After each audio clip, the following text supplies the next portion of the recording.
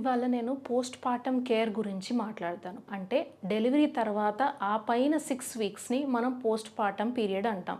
ఇందులో mother body అన్నది pre pregnant స్టేట్‌కి మెల్లిగా చేంజ్ అవుతూ 6 వీక్స్ తర్వాత ప్రీ ప్రెగ్నెంట్ స్టేట్‌కొస్తుంది. సో, ఈ టైంలో న్యూ మదర్స్‌కి ఒక ఫిజికల్ అండ్ ఎమోషనల్ సపోర్ట్ కావాలి. ఫిజికల్ సపోర్ట్ ఎందుకు? పెయిన్ ఎన్నో రకాల పెయిన్స్ రావచ్చు. బ్యాక్ ఏక్ అనుకోండి, వూండ్ పెయిన్ అనుకోండి. ఈ పెయిన్ మేనేజ్మెంట్‌కి, వూండ్ హీలింగ్‌కి, బ్రెస్ట్ ఫీడింగ్ ఎస్టాబ్లిష్ అవ్వడానికి, ఇవన్నీ అలవాటు అవ్వటానికి, బ్లీడింగ్ మేనేజ్మెంట్, బ్లీడింగ్ ఎక్కువ తక్కువ అయితే చూసుకోవాలి. ఇవన్నిటికి న్యూ మదర్‌కి సపోర్ట్ అవసరం పడుతుంది ఫిజికల్ ఆస్పెక్ట్స్‌లో. ఎమోషనల్ ఆస్పెక్ట్‌లో new mother can have mood swings, mood changes అవి ఉండొచ్చు.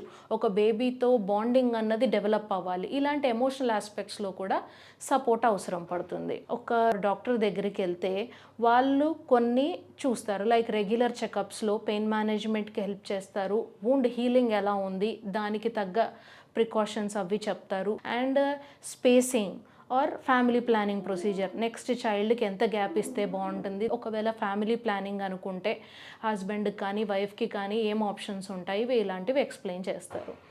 ఈ పోస్ట్ పార్టమ్ సపోర్ట్ వల్ల ఏంటంటే న్యూ మదర్స్కి ఫిజికల్ ఎయిల్మెంట్స్ అన్నవి తొందరగా హీల్ అవుతూ ఉంటాయి. ఎమోషనల్ సపోర్ట్ అన్నది దొరుకుతూ ఉంటుంది.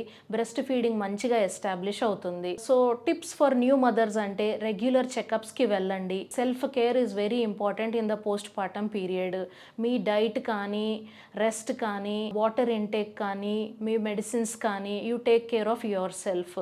అండ్ కమ్యూనికేట్ చేయండి, మీ డాక్టర్తో కానీ ఫ్యామిలీతో కానీ కమ్యూనికేట్ చేయండి, వాళ్ళందరి సపోర్ట్ తీసుకోండి.